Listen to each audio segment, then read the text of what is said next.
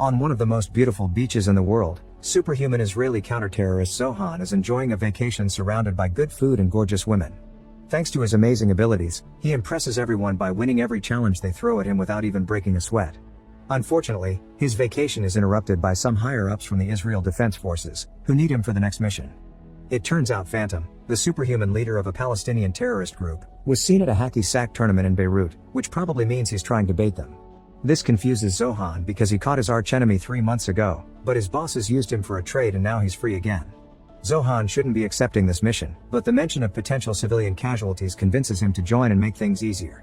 Later, while he is getting ready for the mission, Zohan retrieves his greatest treasure from a hidden spot in his room. It's an old hairstyling catalog, which he keeps because his dream is to become a stylist one day.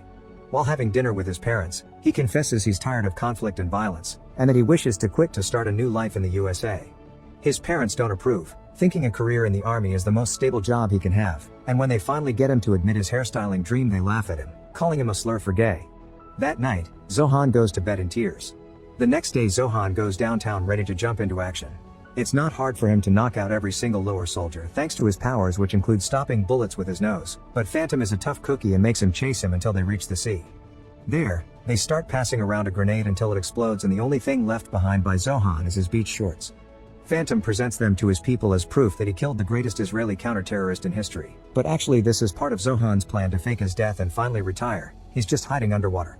After retrieving the bag he hid with a bird earlier, Zohan smuggles himself onto a plane to New York and travels inside a pet crate with dogs Scrappy and Coco, who don't come closer until he changes his haircut into something he considers more modern. By the time the plane makes it to the USA, Zohan has given new haircuts to the dogs as well, and he manages to escape safely in order to make his way to Manhattan. His first destination is the famous Paul Mitchell salon, where he introduces himself with the fake name Scrappy Coco inspired by the dogs and asks for a stylist job, but he's laughed at and kicked out for his lack of experience and ridiculous attitude. While wandering around the city, Zohan notices a young Jewish man named Michael being bullied by a driver that almost run over his bicycle. Zohan immediately jumps to the rescue, beating the bully up and earning Michael's gratitude. Unfortunately, this victorious moment suddenly turns sour when Zohan sees a cab stop by the street lights and recognizes the driver. It's Salim, a Palestinian man who Zohan met many years ago during a mission. Afraid of being recognized, Zohan picks up Michael to cover his face and runs away until they make it to Michael's home. This is how Zohan meets Michael's mother Gail and pretends to be Australian to stay on her good side. The trick works and Gail allows him to stay in the apartment upstairs. A few hours later, Michael accidentally walks on Zohan and Gail getting busy, which is definitely quite traumatizing, so Zohan tries to distract him and make amends by taking him out to meet girls. At the club, Zohan teaches Michael to be less picky because all women have something to offer no matter their age or body type, and while Michael tries to follow that advice, Zohan is approached by Ori, a fellow Israeli immigrant that immediately recognizes him. Since he's a huge fan, Ori promises not to tell anyone about Zohan's presence and even gives him his business card in case Zohan wants to try working at his electronics shop. The following day, Zohan goes job hunting again, but none of the local salons want to hire him because he doesn't have experience and makes the kids cry. Seeing as this will take longer than he thought, Zohan goes to see Ori in an area in Lower Manhattan populated by other Middle Eastern immigrants. He wants to get a temporary position in the electronics shop until he finds something better, but Ori changes his mind and turns him down, explaining that this shop kills dreams.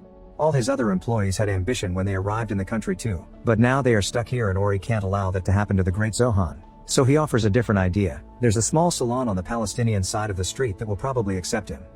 At first, Zohan doesn't want anything to do with working in a Palestinian business, but Ori quickly changes his mind by showing him what Phantom has been doing lately. Thanks to his newfound popularity, he's running a restaurant chain called Phantom Muchentukin, and the kid's meal includes toys of himself and an exploding Zohan. Furious at the fact his enemy can live his dream but he can't, Zohan leaves his worries aside and crosses the street to meet Delia, the salon owner who is struggling to keep it open because rent is being raised almost every month. She's not impressed by Zohan's lack of experience, but in the end she allows him to sweep the floor a few shifts a week for free so he can gain some kind of practice. Zohan continues to live in Michael's building, practicing his styling skills on Gail in his free time while working at Dalia's with tons of dedication for such a simple task. In fact, he's so thorough with his cleaning that it sometimes makes it harder for the other stylists like Claude to work. To speed up his learning and stop him from being in the way, Claude begins giving Zohan some extra classes after the shop closes. And since he's not making money out of this, Zohan also takes a part-time job as a driver to earn his living, although his maniac driving skill leaves much to be desired. One afternoon, one of Dalia's stylists quits, prompting Zohan to volunteer to replace her. Delia doesn't think it's a good idea, but the clients don't mind, and Zohan finally gets to do what he's always dreamed of. His haircuts are a bit outdated, but the clients who are all middle-aged women don't mind because he treats them like queens. He flirts, dances, offers head massages that are almost indecent, and once the haircut is finished he takes the ladies to the back room for a private session. Soon every woman in town is coming to Dalia's salon to get their hair done by Zohan, bringing lots of money to the business and allowing Delia to stay up to date with the raising rent. Zohan's success is so big he even gets a call from Paul Mitchell himself to try to hire him. But Zohan is loyal to Delia and Claude, who begins getting tips on how to treat the ladies as thanks for his classes. One day, 2 new clients arrive at the salon in Salim's cab, revealing Zohan's presence to the driver. He remembers Zohan perfectly from the time he was in Palestine. Salim had thrown a shoe and spat at him, so Zohan took Salim's beloved goat as payback. Enraged and eager to get revenge, Salim calls his friends Hamdi and Nasi in order to make a plan to catch Zohan and become as popular as Phantom himself. Meanwhile, Zohan and Delia go on a picnic together, although Delia makes sure to clarify it's not a date. The two of them get to bond and share their experiences as immigrants, and Zohan's impressed to hear someone else dislikes the way both sides hate each other and won't stop fighting for stupid reasons. When they return to the salon, Nassim shows up pretending to be a client and mentions things like goats and throwing shoes as a way to gather intel, but Zohan doesn't even know what he's talking about. By the time Nasi goes back to Salim, he feels as charmed by Zohan as all the ladies. Speaking of the ladies, Zohan discovers his body doesn't want to collaborate and he can't offer private sessions anymore. Seeing a doctor offers no answers, but sharing his worries with Gail does. She immediately picks on the fact this has been going on since Zohan went on that picnic with Delia, which means he's falling in love with her and his body will only work for her. Back to Salim, he and his friends are trying to get their hands on some bombs, but the provider isn't picking up the phone. They decide to instead use a recipe from the internet and go to the local pharmacy to buy liquid nitrogen, but the clerk misunderstands their accent and gives them an ointment called Neosporin. In the meantime at the salon, Delia is sending away the collectors after paying them, explaining she doesn't care if they cut the water because she isn't leaving her shop and she knows they're trying to push all the locals out to destroy their community. Zohan overhears this and is so impressed that his body reacts to her, which confirms she is the special one, but unfortunately Delia doesn't like him back. In the evening, Salim and his friends drive by and throw their cream bomb at the salon, thinking they did something amazing, but Zohan just takes it home so Gail can use it for any eggs. However, Ori is worried that someone may know about Zohan's real identity and tells him to take Michael's shift in the community watch to gather clues. That night, Zohan finds 3 thugs doing offensive graffiti on the local shops and instead of calling the police like the community watch's rules say, Zohan beats them up himself. The following day, it's revealed that those 3 men had been sent by Grant, the landlord behind the shops in Lower Manhattan who wants everyone to leave so he can demolish the buildings and build them all. He's frustrated with his collectors because none of them have managed to scare any of the locals away, thus he'll have to take the matter into his own hands by hiring a group of white supremacists led by James, who gladly takes the job and won't hesitate to play dirty. In the neighborhood, Palestinian and Israeli groups are blaming each other for the graffiti. Zohan explains he saw the thugs had been white guys, but not even his clarification is enough for the groups to put away their differences. Meanwhile, Salim and his friends finally admit they can't do this on their own and call Phantom to ask for his help, who accepts to come over after offering the most pathetic of rewards for Salim. Then he immediately begins training. A few days later, the rumor column in the newspaper publishes a vague message that implies Phantom is coming after Zohan.